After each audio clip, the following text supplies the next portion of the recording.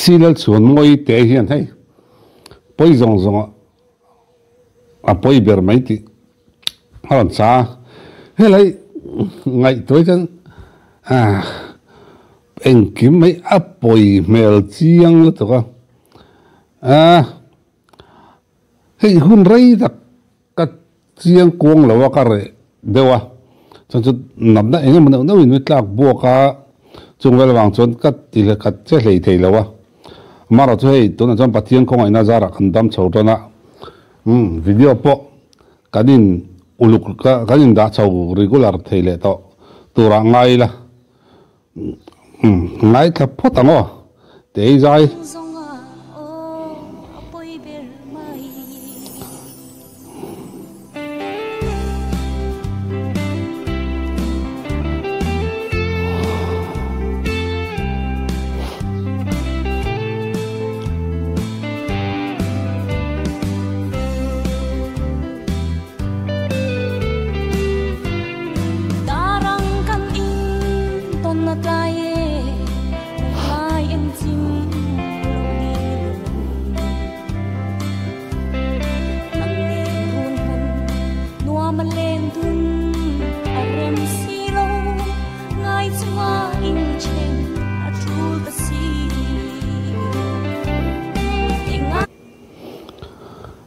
thu đó lùng mai kan ti top lok thil poi do pakhat chu khrik nu da hian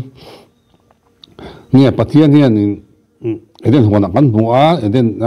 jesus bung thuma anda ma chaw om a kho haranga tia chawang chan a ko puyo mi kan siam te nga tia chu tiang chonin kan ko puyo mi hi zon thiam hi nga ya darang in ton atlai lutuk hi chuan hei tuna ron soyang kan ko pui om mi nia kan ngai ne nan in ton atlai lutuk hi chuan eng kim mai hi lo poi to thina an ma ni la ma ni mo ke ma ni la ma mo om lo om tat to si chuan a poi thei vong vong ani he lai ngai thak chen hian alung chiat thak hi ka tia le lang pong jong tak chuan le la ma chuan in nun lui le eng mo hei kan nuna kan ngai zong ta na kan du mel tha kan ti te kan han muwa kan han tonga amaro chu eng ma rem to si lo ang chi kha in nei ve vek karinga tiang kha chu tiang chu ril ruwa oma le la ma tak chon lunga ti leng em thunga ni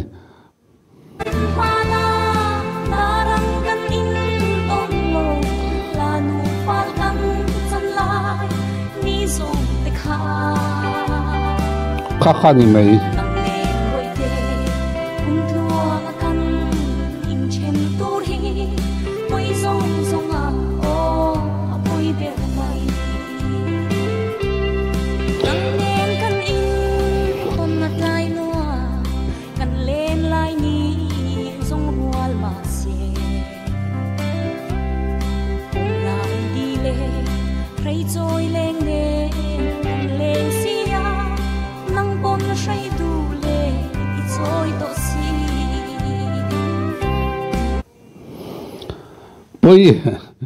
poi zong a poi ber mai ti ani bokania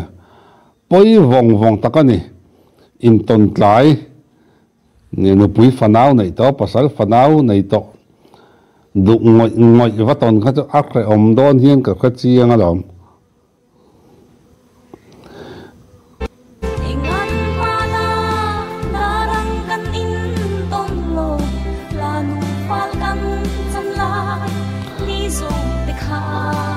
nulat lang walai ton lo poi deu ni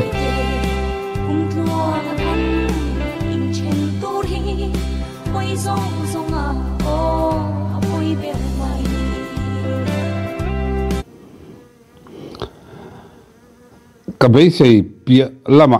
azai thiam ka tia te hi hei azai ka rangai lem lawa ni azai na sani ka ring lutuk lawa alo zai na sani pon nia kalau felo anianga achan chu enge mo chen nei na le enge mo wangin kum som chuang kan ombowa phone po om lo na tv po lu lo na kan om ta ne poi ngar ta ka ni kan cho chai mai ni kan let le chon mo chu tiang vel chon nia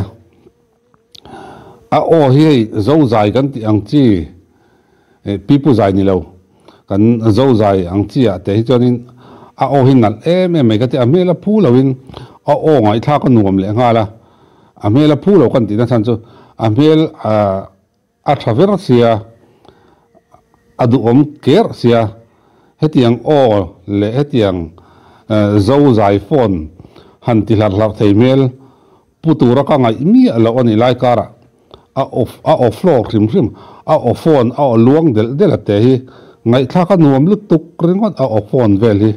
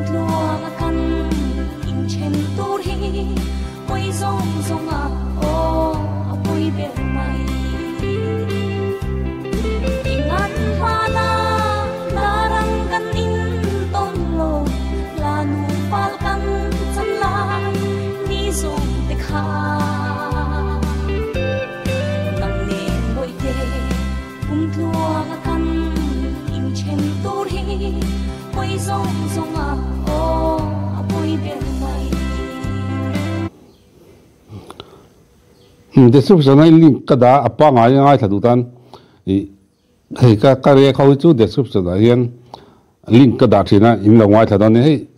apa ngai thak in ngai thak anuam lu to ka hei re ka hi chon akara lo tong zo chot lo thei lo a ka youtube da ni na a ken tel le a dikna chan ho min pe ka nia chu wang chonin tingai lo tong ti tei om thina ama chu re ka chon kha kan ti tura ni miao sia mi video apa ngai lo upload top kha kan ti tura ni lo wa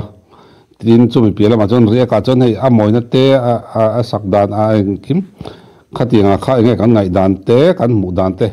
ke mani ngai dan ni kan sei ve nok thina chu wang chu ne a zai ngai tha kan nom ka tia a ha dam ka tia hemi kan zo zai phone del ang chi ai chon hei la choi moi te ho te heng te hi ka du em ema tin chu mi pia lama chonin mi zo mi pa chonin hei thang ro moi te ngai thla ka nom ka ti em ema lung len hin hem ka tia amara chu thang thar dan tak tan chonin ngai thak pe chin ni kher lo mai thaya amara chu mi zo hian zai dan le zai ki hi kan nei ve a chunga chonin an ni he tiang zo zai bi ka chonin ngai thla ka nom ka ti em te an nia chu mi piala ma chonin tun lai kan thang thar te an zai thiam ta em maya man lai kan zai thiam te ka chon le lama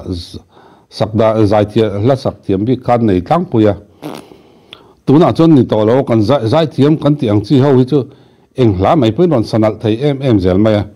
chu wang chon em rimoya hian ma kan son na sa hle in ka ria angai nom thir ni tu zai mai po hi ole hun man nom le vek